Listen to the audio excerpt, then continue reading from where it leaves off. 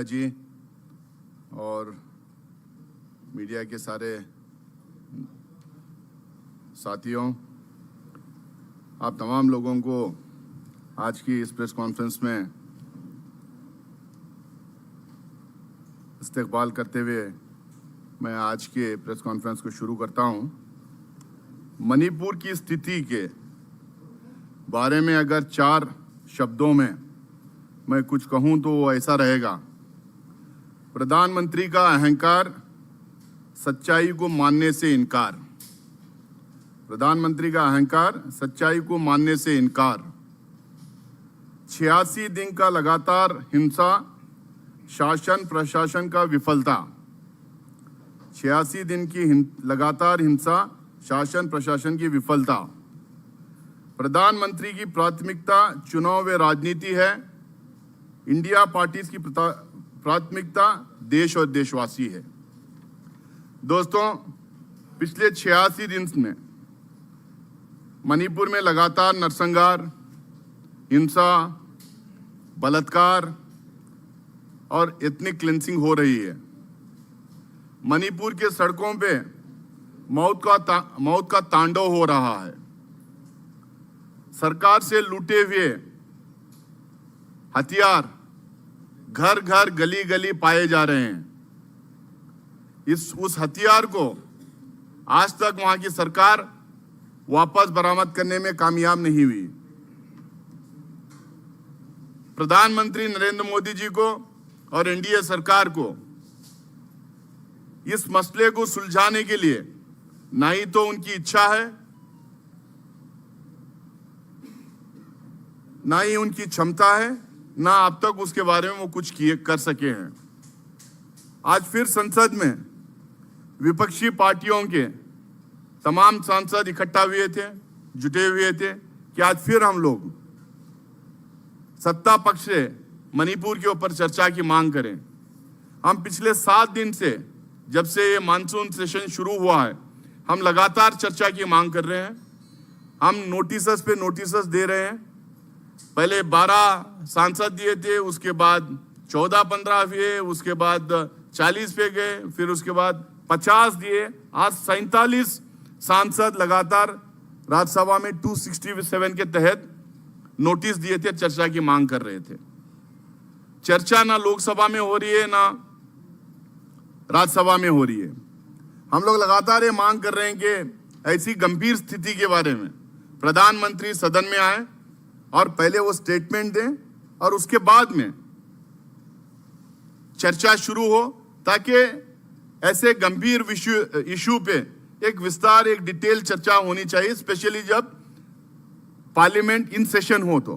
लेकिन प्रधानमंत्री सदन में आने की तो दूर की बात, सदन में आके स्टेटमेंट देने की दूर की बात, सदन के बाहर खड़े होके मीडिया के चंद साथियों को जो कस्टमरी एड्रेस था है, उसमें मणिपुर के घटनाओं के बारे में बात करने के बजाय दूसरे स्टेट्स के मुख्यमंत्रियों को एडवाइस दे रहे थे कि कैसा शासन चलाया जाता है। हम बार बार उनको कह रहे हैं कि आप सदन में आइए, लेकिन प्रधानमंत्री, सदन उनके लिए प्राथमिकता नहीं है। सदन में आकर देशवासियों को एड्रेस करने के लिए उनके पास टाइम नहीं है। लेकिन चुनावी राज्यों में जाके चुनावी भाषण देना, विपक्षी पार्टियों को भला बुरा कहना, विपक्ष पार्टियों के बारे में गलत सलत कहना और विपक्ष पार्टियों के बारे में टिप्पणी करना, यहाँ तक कि जो विपक्ष पार्टियां सारे मिलके जो अपने गठबंधन का नाम चूज किया था, इंडिया पा, उसको भी लेके टेररिस्ट ऑर्गेनाइजेशन से जोड़कर पता नहीं बहकी बातें करने लगे हैं और लगातार विपक्ष पे हमला बोलने लगे हैं। उनके गृह मंत्री से वो चिट्ठी लिखवाते हैं लीडर्स ऑफ अपोजिशन या फ्लो लीडर्स के लिए। हमारे एलओपी के पास एक चिट्ठी आई थी, उधर लोकसभा में हमारे फ्लो लीडर के पास एक चिट्ठी आई थी। चिट्ठी का जवाब तो हमने दिया, होम मिनिस्टर ने चिट्ठी तो लिख दी, लेकिन जहां होम मिनिस्टर सदन से गायब थे, वो मध्य प्रदेश में चुनावी भाषण दे रहे थे। लेकिन हम ये बार बार उनसे ये दोनों सदन में चर्चा की मांग करने के बाद फिर हम लोगों को लगा कि कोई और रास्ता नहीं है।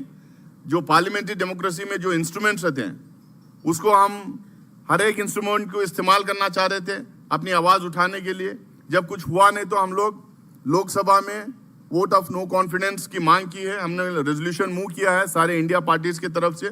अब उसके ऊपर बहस होगी, लेकिन उसके ऊपर भी चर्चा के लिए अभी तक स्पीकर ने एडमिट तो कर लिया, लेकिन सरकार जो है चर्चा के लिए कोई डेट अभी तक तय नहीं की। हम चाह रहे हैं कि मणिपुर में गंभीर मामला है, वहाँ पे लगातार आज हमें प्रेस कॉन्फ्रेंस कर रहे हैं। आज सुबह की इंफॉर्मेशन है और आज अभी आधे घंटे पहले की इंफॉर्मेशन है कि वो चुरचंड एरिया में जो हिली एरिया है वहाँ पे आज फ्रेश वायलेंस हुआ है। जो लगातार वायलेंस हो रहा है तो ये जरूरी है कि सरकार उसके ऊपर, स्पेशली जब पार्लियामेंट सेशन में है तो उसके ऊपर चर्चा करे। चर्चा वो कर नहीं रहे हैं। हम हर दिन नोटिस दे रहे हैं, प्रोटेस्ट कर रहे हैं, विपक्ष पार्टियों की बैठक बुला रहे हैं, अपील कर रहे हैं, मीडिया के थ्रू अपील कर रहे हैं। हमारे नेता राहुल गांधी जी मणिपुर जाके आए, हमारे कांग्रेस पार्टी के महिला कांग्रेस के एक डेलीगेशन मणिपुर जाके आया। कई लोग वहाँ पे मणिपुर जाके वहाँ की हालात के बारे में आके हम लोगों को जब सुनाया तो हम लोग को और लगा कि जो है बहुत सारा इंफॉर्मेशन छुपाया जा रहा है, क्योंकि इंटरनेट शटडाउन लगातार था।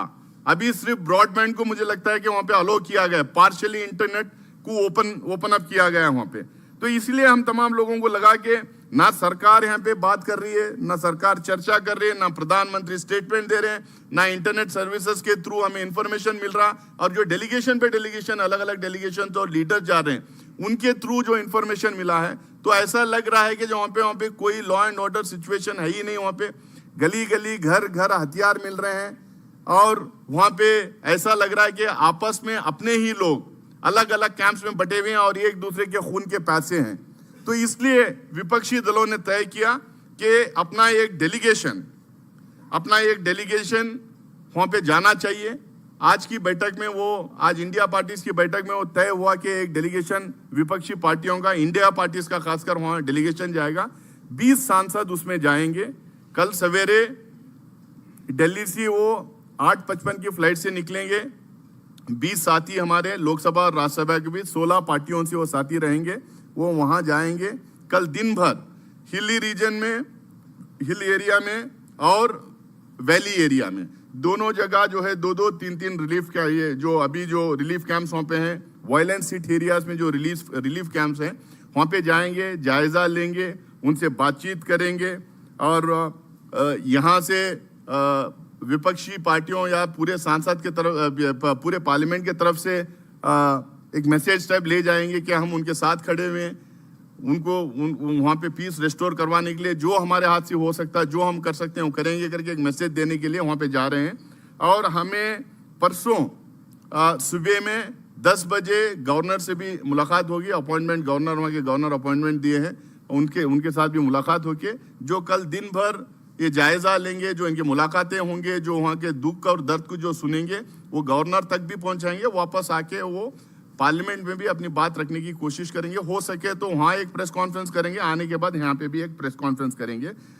इस डेलीगेशन में अधीर रंजन चौधरी जी रहेंगे, गौरव गोगोई जी रहेंगे, राजीव रंजन सिंह, ललन सिंह जो जेडीयू के नेशनल प्रेसिडेंट है वो रहेंगे, मिस सुष्मिता देव टीएमसीसी रहेंगे, कनिमोडी करुणानिधि, श्रीमती कनिमोडी करुणानिधि डीएमके रहेंगे, श्री संतोष कुमार सीपीआईसी रहेंगे, श्री ए रहीम सीपीएमसी रहेंगे, प्रोफेसर मनोज कुमार झा आरजेडीसी रहेंगे, श्रीमती महुआ माझी जेएमएमसी रहेंगे, श्री जावेद अली खान समाजवादी पार्टी से रहेंगे, श्री मोहम्मद फैजल एनसीपी रहेंगे, श्री अनिल प्रसाद हेगड़े जेडीयू से रहेंगे, श्री ईटी मोहम्मद बशीर आईयूएमएल रहेंगे, श्री एनके प्रेमचंद्रन आरएसपी से रहेंगे, श्री सुशील गुप्ता आम आदमी पार्टी से रहेंगे, श्री अरविंद सावंत शिवसेना उद्धव ठाकरे से रहेंगे,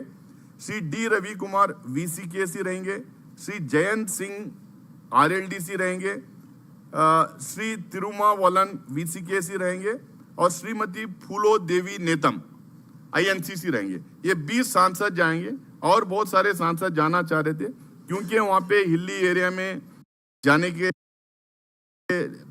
के लिए सुविधाएं नहीं, सिर्फ एक चॉपर वहाँ पे अवेलेबल है।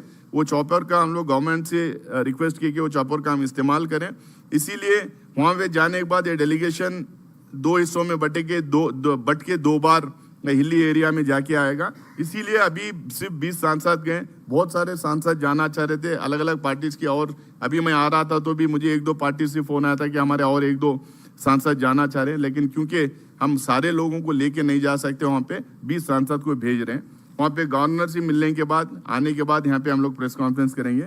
अब फिर दोबारा जो है इंडिया पार्टीज की तरफ से, इंडियन नेशनल कांग्रेस की तरफ से मैं अपील करूँगा प्रधानमंत्री को और एनडीए सरकार को कि जिस तरीके की हालात वहाँ पे है, इस तरीके के हालात किसी भी स्टेट में कभी देखी नहीं गई थी। हमारा पोरस बॉर्डर है म्यांमार के साथ में, तिब्बत म्यांमार के साथ पोरस बॉर्डर हमारा वहाँ पे है। अब वो बॉर्डर एरिया है, इम्पोर्टेंट स्टेट है। हथियार हर घर में, हर गली में पाया जा रहा है। बहुत गंभीर स्थिति है, नेशनल सिक्योरिटी का मामला है। हम लोग बार बार लगातार रेलेवेंट रूल्स के तहत दोनों हाउसेस में चर्चा की मांग कर रहे हैं।